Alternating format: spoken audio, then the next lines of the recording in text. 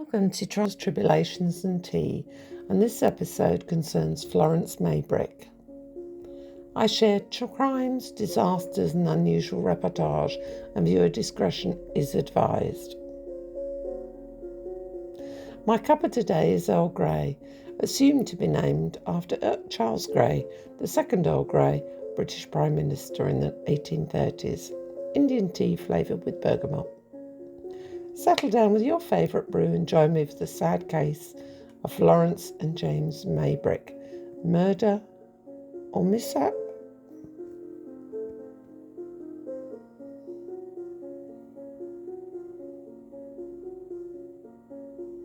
Florence Maybrick was born Florence Elizabeth Chandler in Mobile, Alabama, the US. She was born on September the 3rd, 1862. Into a wealthy family of good standing, her father being William George Chandler, a one-time mayor of Mobile and partner in a banking firm, and her mother was Caroline Chandler de Barry. Sadly, William Chandler died suddenly in 1862 at the age of 32, before Florence's birth, and her mother went on to marry Baron Adolf Romroch.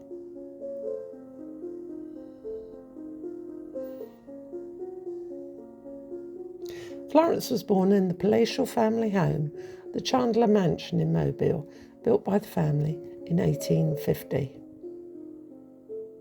Florence was educated in Europe and in America under the instruction of masters and governesses.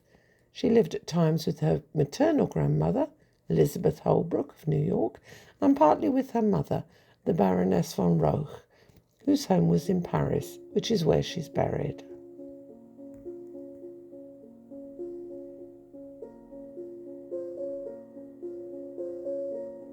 Florence and her mother travelled by ship across the Atlantic to the UK, and on this journey she met and fell in love with James Maybrick, a cotton merchant.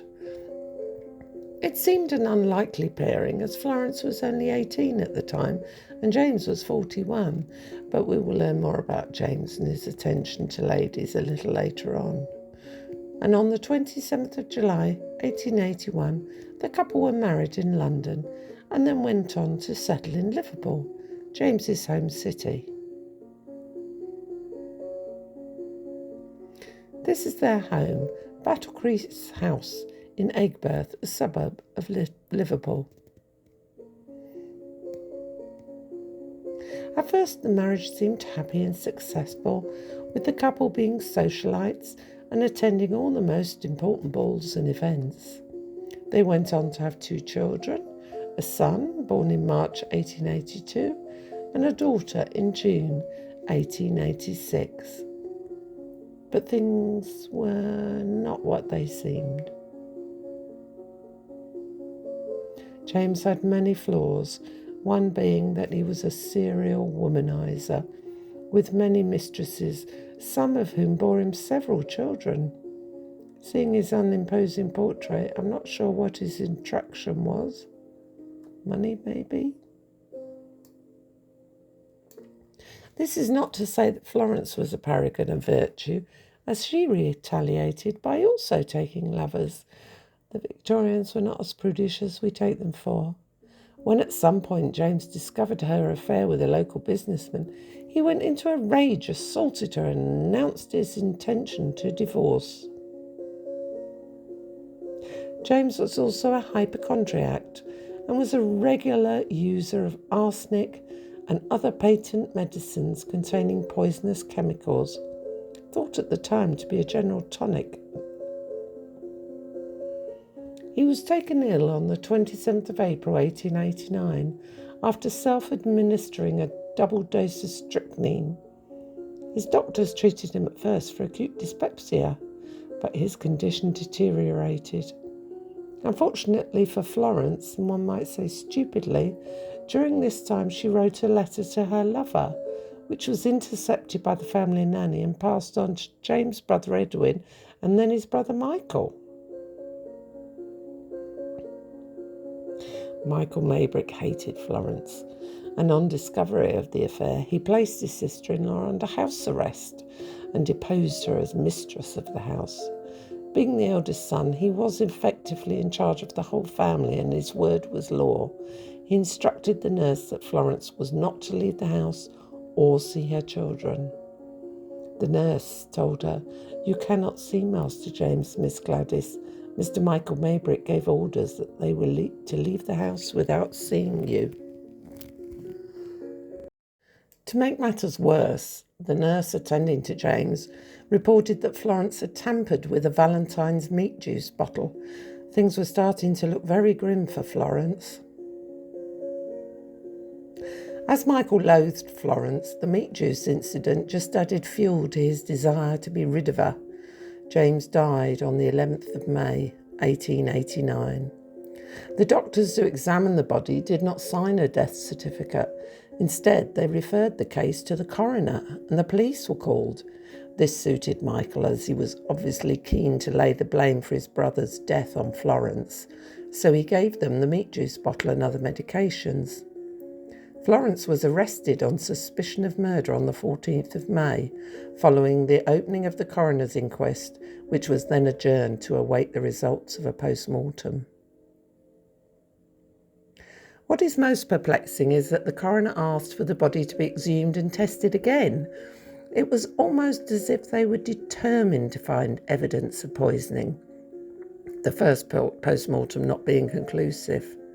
In giving evidence, the analyst advised that there were very little traces of arsenic found in the corpse, but arsenic had been found in the house, and the servants gossiped that fly papers had been seen soaking in water, a method by which arsenic is extracted.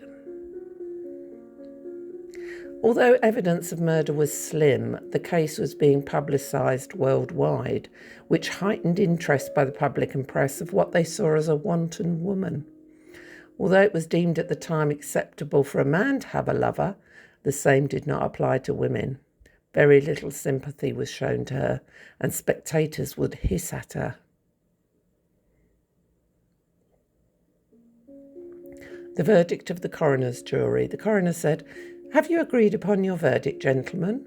The foreman, "We have." Question, "Do you find death resulted from the administration of an irritant poison?" Answer, "Unanimously." Question, "Do you say by whom that poison was administered?"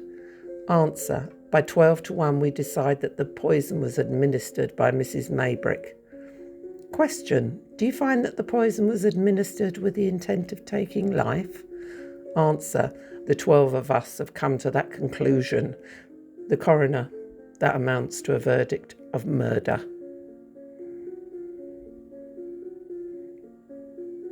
The trial began at St George's Hall, Liverpool. At her first magistrate's hearing, the most damning evidence given against her by her brother-in-law and her servants was that she spent 2 days in a hotel with her lover in March.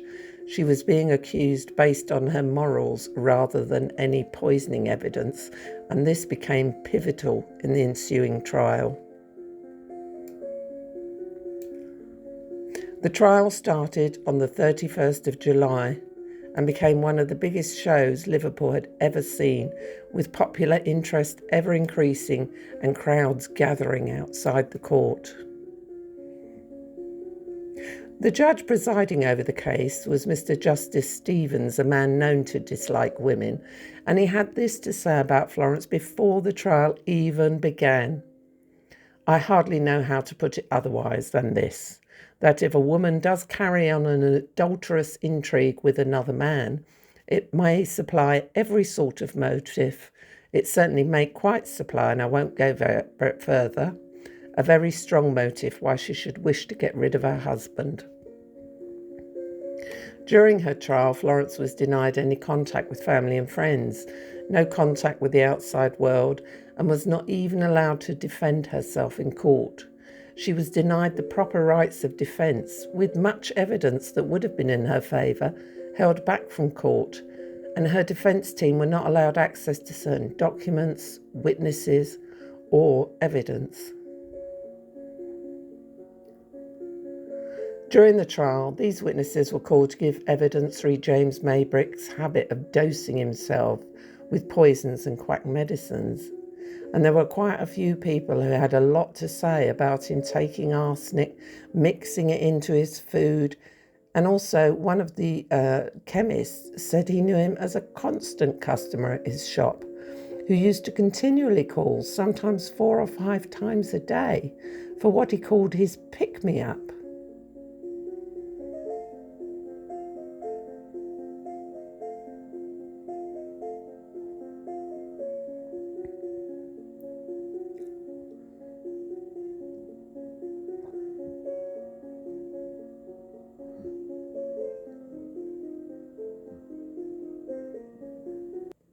Sir James Paul, ex-mayor of Liverpool, spoke of James Maybrick having told him in the spring of 1889 that he took poisonous medicines. But strangely enough, Michael Maybrick was not aware that he had a habit of dosing himself and had never heard of it except in a letter from Mrs. Maybrick, which he got on the 12th of March, 1889, which he had since conveniently destroyed.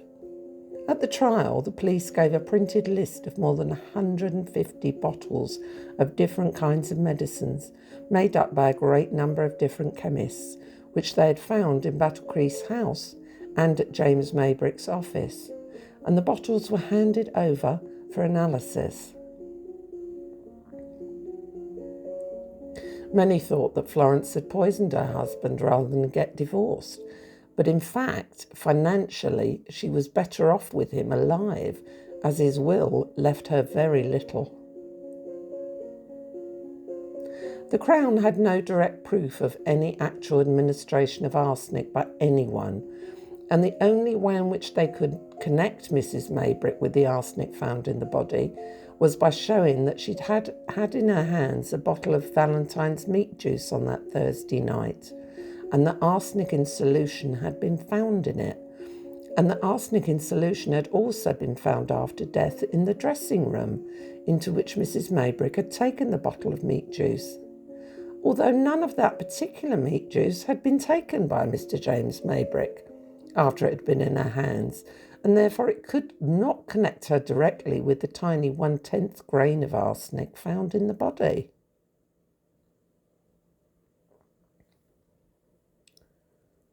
Florence made a statement to the court on 2 points, but she did not give direct evidence.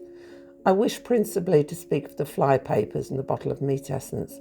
The fly papers were bought with the intention of using them for a cosmetic. Before my marriage and since, for many years, I've been in the habit of using a face wash prescribed for me by Dr. Grace of Brooklyn.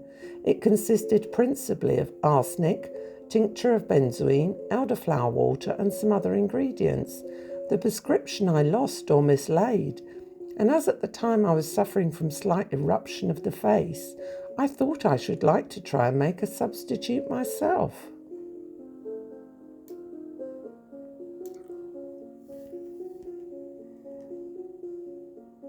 Arsenic was widely used at the time in women's beauty products. My lord, I now wish to refer to the bottle of meat essence. On Thursday night the 9th, after Nurse Gore had given my husband beef tea, I went and sat on the bed by him. He complained to me of feeling very sick, very weak and very depressed, and again implored me to give him this powder, which he had referred to earlier in the evening and which I had declined to give him. I was overwrought, terribly anxious, miserably unhappy, and his evident distress utterly unnerved me. He had told me the powder would not harm him and that I could put it in his food. I then consented. It was only when Mrs. Briggs alluded to the presence of arsenic in the meat juice that I was made aware of the nature of the powder my husband had asked me to give him.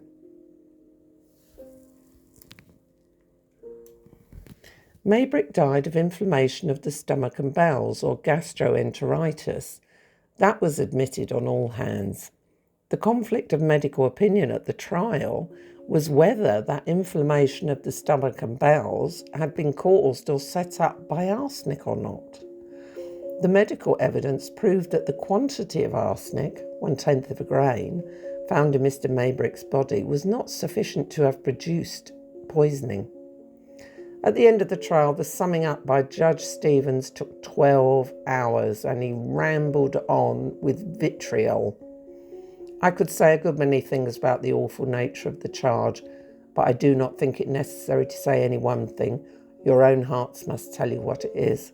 For a person to go on deliberately administering poison to a poor, helpless, sick man upon whom she has already inflicted a dreadful injury, an injury fateful to married life, the person who could do such a thing as that must indeed be destitute of the last trace of human feeling. There is no doubt the propensities which lead persons to vices of that kind do kill all the more tender, all the more manly, all the more womanly feelings of the human mind. There had been no evidence of Florence poisoning her husband, and the injury to married life was again comment on her morals.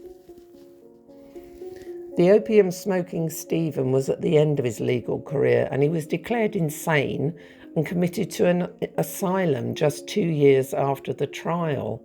And some years later, in 1900, the Post, on reporting of his death, stated, "It was clear that the growing volume of facts was unassorted, undigested in his mind, that his judgment swayed backward and forward in the conflict of testimony, that his memory failed to grip the most salient features of the case for many minutes altogether. It's shocking to think that a human life depended upon the direction of this wreck of what was once a great judge."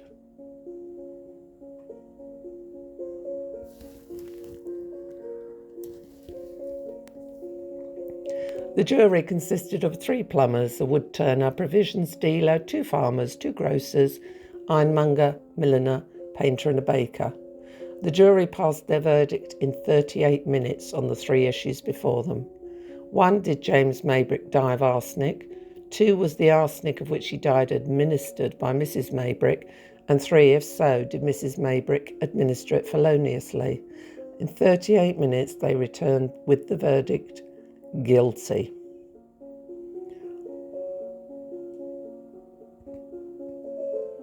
Florence was sentenced to death and taken to Woking Women's Prison, and the press had a field day. Her defence team immediately appealed for clemency, and the tide of opinion had turned in her favour. I believe that once the public read details of the trial, they were shocked at her death sentence. After a public outcry, the death sentence was commuted to life imprisonment with hard labour. During the 1890s, new evidence was publicised by Florence's supporters, but there was no possibility of an appeal, and the Home Office was not inclined to release her in spite of strenuous efforts by her friends and well-connected people. In 1896, she was moved to Aylesbury Prison. There were 3 stages to her sentence: solitary confinement for 9 months, probationary period whereby silence was enforced at all times, and then hard labour. She started work in the kitchens, and her day commenced at 6 a.m. and ended at 5:30 p.m, during which she had, according to her memoirs, to wash 10 4-quart cans, scrub 1 20-foot table, 2 12-foot dressers, clean knives, wash sucked potatoes, assist in serving dinners, and scrub a piece of floor 20 by 10 feet.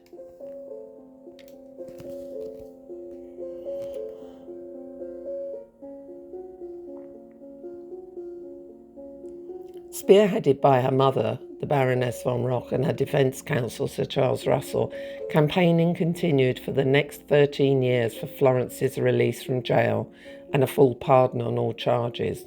Unfortunately, as long as Queen Victoria remained on the throne, her release was never going to happen. The American government continued also to apply pressure, but to no avail.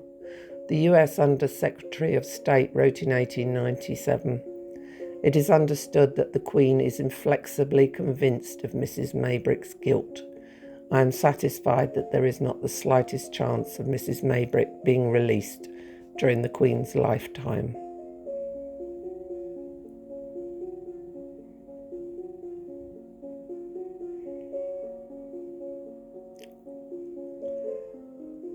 Even the press were now on her side. renewed agitation for her release.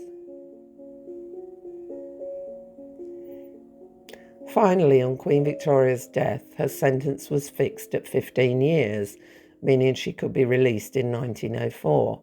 The conviction of murder was quashed, but no new trial, so in real terms she was imprisoned with no charge or conviction against her. She was released in 1904.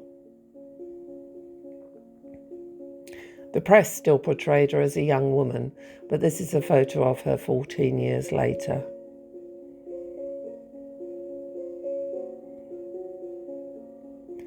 Florence did write a memoir upon her release, My 15 Lost Years by Florence Elizabeth Maybrick, in which she detailed the hardships of prison life, and this is part of her diet during those years. Mutton 3 ounces cooked with its own liquor, flavoured with ½ an ounce of onions, thickened with bread and potatoes left on previous days, 1/8 of an ounce of flour. Tuesday, beef cooked as above. Wednesday, mutton cooked as above. Friday, beef cooked as above. Thursday, 3/4 pound pudding containing 1 ounce 2/8 of water, 3/4 of a pound of potatoes and bread. Saturday, 1 pint of soup containing 6 ounces of shins of beef uncooked, 1 ounce pearl barley, 3 ounces of fresh vegetables including onions. And Sunday, 4 ounces tinned pressed beef and bread.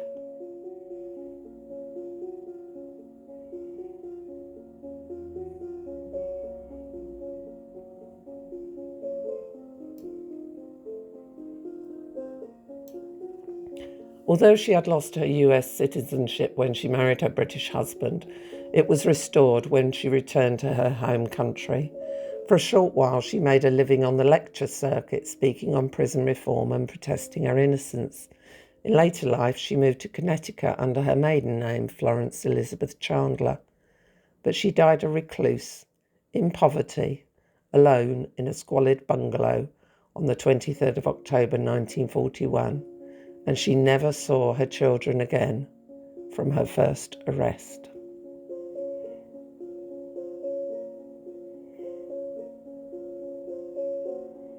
A sad tale for all concerned. A man who believed that quack medicines and addictive drugs would keep him virile and healthy, but most likely led to his early death. Florence condemned for finding love in what looked to be probably a marriage of convenience for James. And after the trial, one of his lovers claimed she was the real Mrs. Maybrick and had 5 children by him. The Maybrick children lost their father and never saw their mother again on the instruction of James' brother. And lastly, the judge, who was no doubt already declining and most likely in the grip of dementia.